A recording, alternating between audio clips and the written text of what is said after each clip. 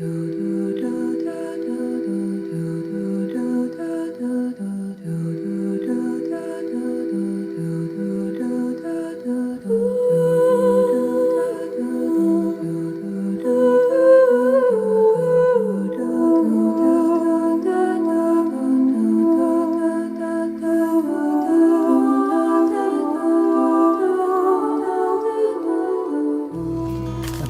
Just 40 miles west of the Twin Cities, along the South Fork of the Crow River, sits the charming little community of Watertown. Here along the main drag, Dr. Scott Jensen built a medical clinic some 15 years ago. You can't contain Scott. He's a little bit a powder keg in terms of just his presence. He's just everywhere. A family physician for more than 32 years, it's his patients that keep this powder keg fully charged. Dr. Jensen has many stories to tell, which is why he finally decided to write a book. I'm a meticulous note taker. In it, he reflects on the time-honored connection between patient and physician, conveying that medical care should be personal and that relationships matter. And as I watched medicine changing and I saw the patient-doctor relationship becoming more and more fractured, less and less significant, I said, that's where those stories have to go. They have to focus on somehow reminding us of the patient-doctor relationship, that it is special. To truly understand how Dr. Jensen practices, you have to hear from his patients. It's really awesome to have somebody who knows you so well, kind of inside and out. I said, I'm getting old. He said, no. You're not getting old. You are old. It's very realistic also. That'd be great. Thanks, appreciate it. I would say that in 30 years of ministry, I have been interrogated 2 times, once by Scott Jensen. Joel Johnson, a patient and Dr. Jensen's pastor, will always remember the day they met. I figured if he's this thorough in making a decision about the church, I can only imagine the kind of doctor he would be.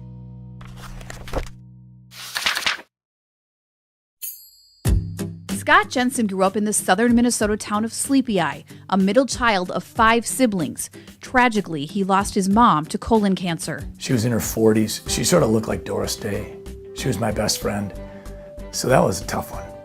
A decade later, his dad died, and then his youngest brother. But I do think that going through so much death in such a short period of time, it really set me up to be what I would like to think a compassionate family doc. His career path wasn't a straight one. It included a year of dental school. I really enjoyed the gross anatomy, the biochemistry, the physiology, but I just didn't have a love affair with teeth. He then spent a year in the seminary, where he decided to propose to his girlfriend and go to medical school, finishing in just 3 years. He did his residency at Bethesda Hospital in St. Paul. So I've had a wonderful career in medicine, and my wife is the best thing that's happened to me. She's the love of my life. He met his wife, Mary, who's a veterinarian, in college. And his first words to me are, "Oh, are you oxidizing an aldehyde into a ketone?" Not only is Minnesota Senator Scott Jensen a family practitioner with a clinic in Watertown, he is also a lawmaker. He was one of the first to raise concerns about this change. I caught up with him for an interview this afternoon, and he's spoken to a lot of folks, but isn't getting the answers he's looking for. When we found out last week that the changes in reporting COVID-19 cases in hospitals and ICUs were being done by the Minnesota Department of Health, you put out your Facebook video. We were able to show some of that. Your first reaction when you heard this was what? If we are trying to be transparent, if we are trying to include Minnesotans in the conversation, why does the Department of Health do this? We're going to have a special guest in here in just a second, Dr. Scott Jensen. I saw his thread yesterday, his video, and I thought, oh my God, I must interview him. There's a lot to get into here. And I also was thinking about Alex Ashkashvili's comment yesterday where he went, what the hell, in terms of what's going on at the University of Washington, the COVID-19.healthdata.org site, where the graphs are sort of seemingly lost. And I thought, I was thinking a lot about that this morning, and I think things are changing so fast, their graphs don't reflect reality right now. So get your information from COVID Tracking Project, where you can start to see the death rate starting to go up, which you would expect given the way the hospitalization is going up and and of course the caseload is going up. We got a lot of interesting things to talk about. We'll get to that, but first let me get my guest in here. Is Dr. Scott Jensen. Dr. Jensen is not just a family practitioner, but he's also a state senator in the state of Minnesota. Susan, let's bring him in here. Can we do that? Mm-hmm. Here it comes. There you are, Dr. Jensen. Well, welcome to the program. Thank you. So tell me, for people that haven't seen your video that I caught yesterday and immediately reached out to you, to tell people what the content of that video was and what prompted you to do that. Well, about 10 days ago, I received a letter from the Minnesota Board of Medical Practice identifying that they were investigating me for public comments regarding COVID-19, and they listed 2 allegations. The first one was that I was spreading misinformation when I appeared on April 7th on a Fargo Moorhead news program with Chris Berg. And that night, I guess it was perhaps one of the first times that anybody had talked about publicly the appropriate completion of a death certificate. And I made the comment that I felt the Department of Health in Minnesota had conveyed information that was misleading and ambiguous and really counter to what I've spent the last 35 years doing. So in the process of that discussion, someone evidently thought that was spreading misinformation. And the second allegation was very nebulous, and it simply said that I was guilty of providing reckless advice because I compared COVID-19 to influenza outbreaks. So let's dispense with that first. So I'm guessing you sort of looked at the death rate from COVID-19 in Minnesota, or did you talk about the national death rate? Well, overall, I think the case fatality rate for many of the epidemics we've suffered, they have some level of comparability. Clearly in 1918, we don't know as much about that one because we don't have as good a data as we'd like, and we didn't have any antibiotics. But certainly there's significant data out there that says 500 million people got the disease, 25 to 50 million died. You could put the CFR, the fatality rate, somewhere between 5%, 2%, 10%, somewhere in there. But I think in 2018, we had in this country, we had 80,000 deaths, and that was a pretty strong year. And typically we see fatality rates around 0.1 in flu. And I think most recent data I saw from CDC regarding COVID-19, it was going to maybe end up being somewhere around 0.3. And then you look at MERS and SARS, and you're looking at, I think 10% for SARS and 30% for MERS. So I think to provide context so people can understand what we're looking at, I think we have to compare it to something. And it doesn't make any sense to compare COVID-19 to something like leprosy or tuberculosis or Ebola or gonorrhea because it has no similarities. But it does have a lot of similarities to influenza. It gives me great pleasure to introduce the audience to Dr. Scott Jensen. So, Dr. Jensen, thank you for joining us. I'm sure that the audience just finished watching a little bit of a pre-roll about your journey through this coronavirus pandemic. And in the eyes of the audience and my eyes, you're a hero. So I tip my hat to you and say thank you for everything that you've done and the personal sacrifices that you've been making, and I'm sure that your family's been making through this. So on all of our behalf, we say thank you. Thank you, John. So it's a real honor to have you here. And I wanted to share with you some of the observations that the audience and I have been making through the course of this pandemic. We've been watching your work as you've been, calling attention to certain aspects of the story. And as you've been doing that, my background, 30-something years ago, I was at Oracle working for Larry Ellison. And I built the mapping system that Johns Hopkins is using to track the virus. And when I saw how the system was being used, I got really upset. And I'm going to show you what we've learned since the beginning of the pandemic, and I want to share it with you to see what your take is on this. But allow me to introduce you. You know a little bit about my background with the maps and the technology. The audience started this journey in March. Highly intellectual, a lot of public health professionals in the audience, very much a global audience. There's people watching this from all over the world. They tend to believe in first principles. These are the types of people that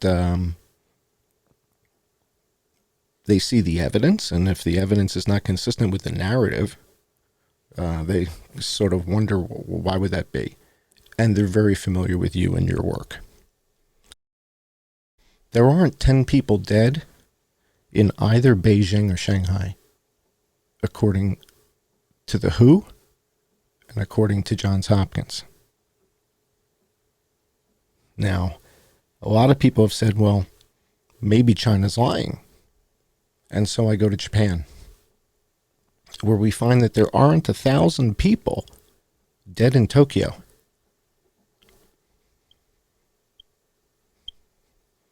Now, I know you've had a rough time with some of the authorities in your state. The medical board has given you a rough time. Minnesota today has 6,000 people that have died.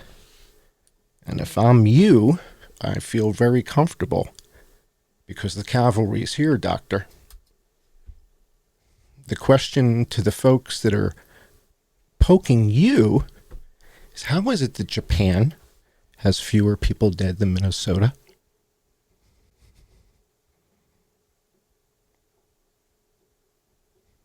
Yeah.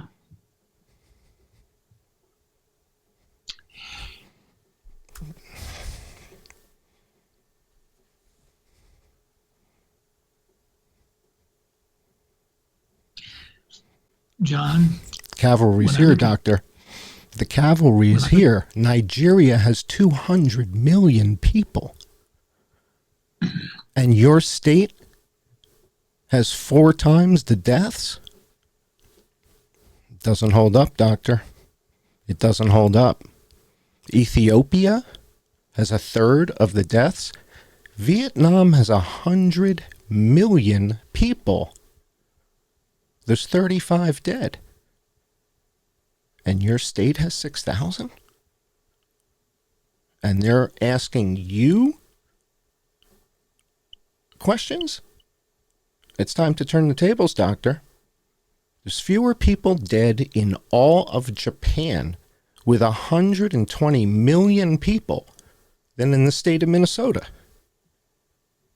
And Myanmar is not known for their world-class health care. And with 54 million people, you've got twice as many dead.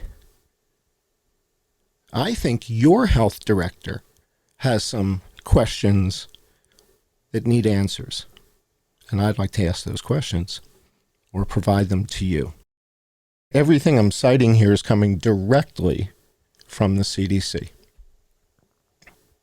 Directly from their websites. cdc.gov. I'll send you the links in email. Or I go to the Johns Hopkins map, or I use Worldometer. And what I'm doing is looking at the data in a different way. Right? This is my background. This is what I'm used to doing. And I've been looking at demographics. And I've been looking at chromosomes.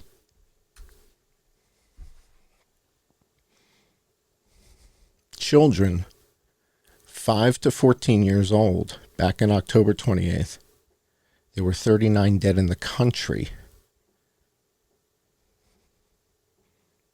And that's when Laura Ingraham started to tweet my work. It was when I was calling attention to the fact that if the children aren't dying, why are we closing the schools? Right? If the kids aren't the ones who are actually dying, are we following the science?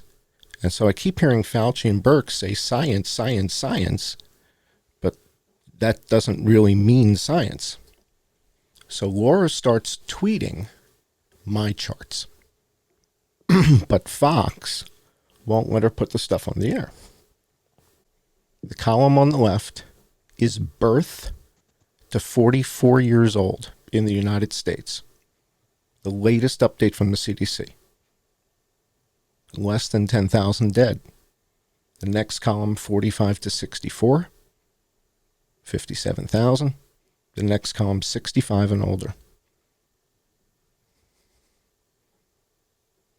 But AOC got her vaccination. That was important. This is the science. This is the math. And then what we do is we start to look at the population size versus the deaths. And this is where we start getting a little bit more sophisticated. So when we look at the younger people from birth to 44, the size of the population is represented in green. The number of people who've died is in blue. When we get to people who are 45 to 64, the population is dramatically smaller, but the number of people who've died is greater.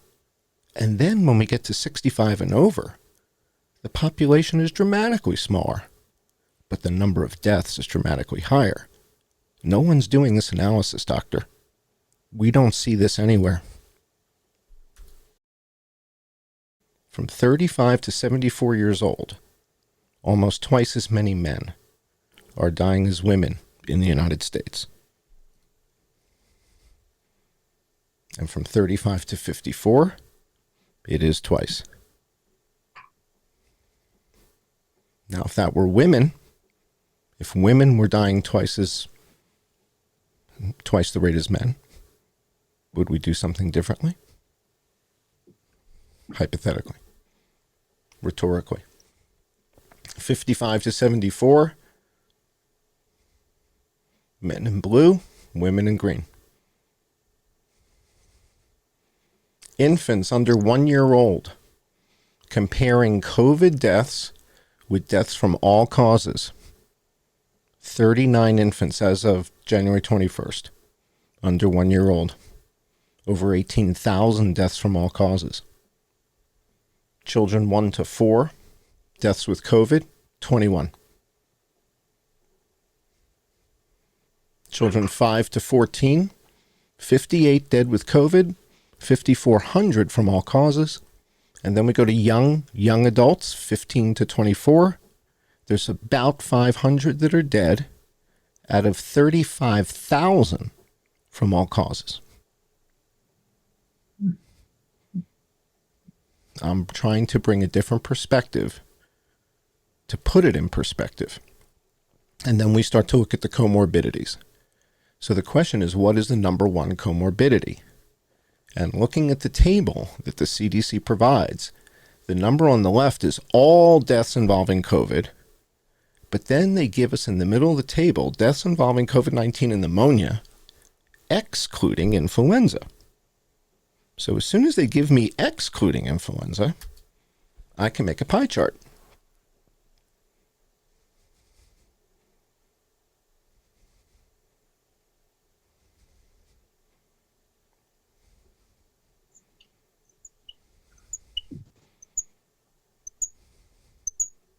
It's just math. I don't have a theory. A plus B equals C.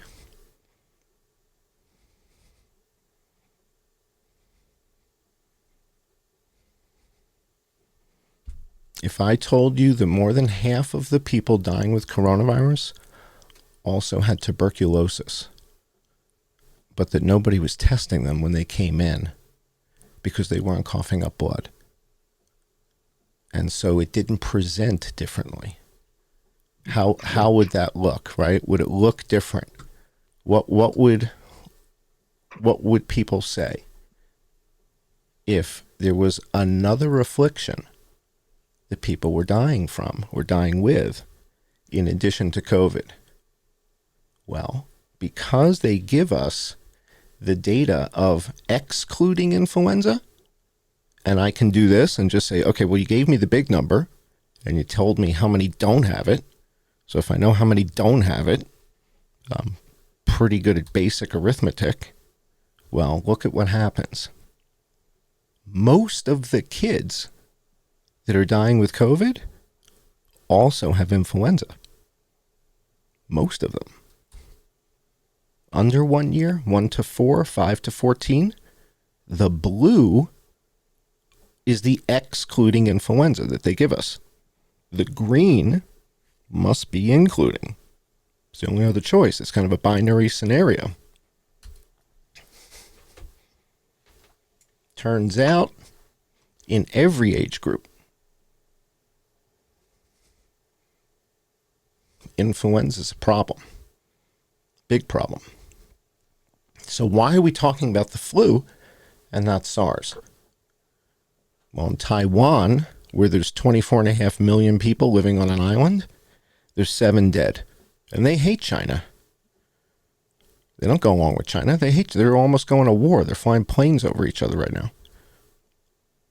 Back in October, you started hearing reports about how the flu has disappeared. Miraculously, has COVID killed off the flu? How did that happen? Has COVID killed off the flu? Influenza cases nosedive by 98% across the globe. Where did that story come from? It came from here. I published a paper a week earlier that jumped on a CDC paper that had just come out. The CDC paper said there's no influenza in Australia, Chile, South Africa, and the USA. And this is an official CDC paper. And I said, and the audience and I had been researching this for some time. And I'm looking at this and saying, Australia, Chile, South Africa, and the USA. And then what? You guys had a meeting to get to? And you stopped the research? And what I did was I took their paper and I built on it. And what I showed people is that influenza, this is now the WHO. We're now looking at the WHO's application called FluMart. And this is where they track influenza at the WHO. It stopped in week 11 to 14 based on the country and disappeared last year, April, January, February, March, and then first week in April, second week in April, gone. Globally, there is no influenza. So I published a paper. And I said, although I'm not a doctor, I do believe I deserve the Nobel Prize in Medicine for documenting the fact that there is no influenza anywhere on Earth. Boom, boom, boom, boom. There's no influenza, doctor. Yet, when I go and look at the coroner's data from the United States, it seems that the coroners and the doctors don't spend a lot of time together. There's this thing called influenza burden. And influenza burden is a calculation that comes from the CDC, right? And according to Dr. Fauci, in 2017, 2018, we had a really bad flu season. 80,000 people died. And returning it. It went way, way, way, way up. Days like that are what keep Dr. Anthony Fauci up at night. In 2017-18, we had the worst seasonal flu that we've had in memory, about 80,000 deaths and almost 1 million hospitalizations. You do that every year for 20, 30, 40 years. That's a huge toll. At the end of that time, that's a huge toll.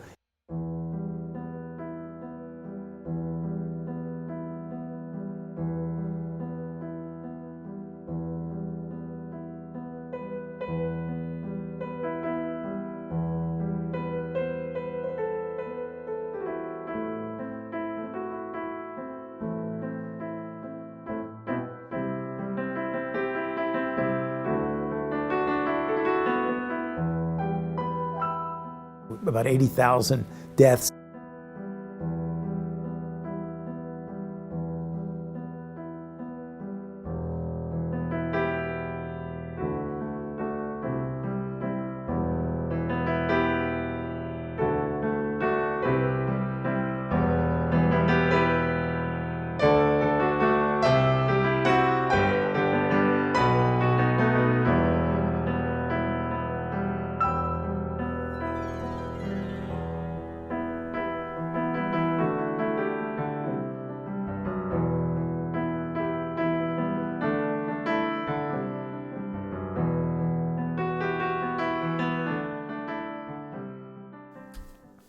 So I go to the system called FluView.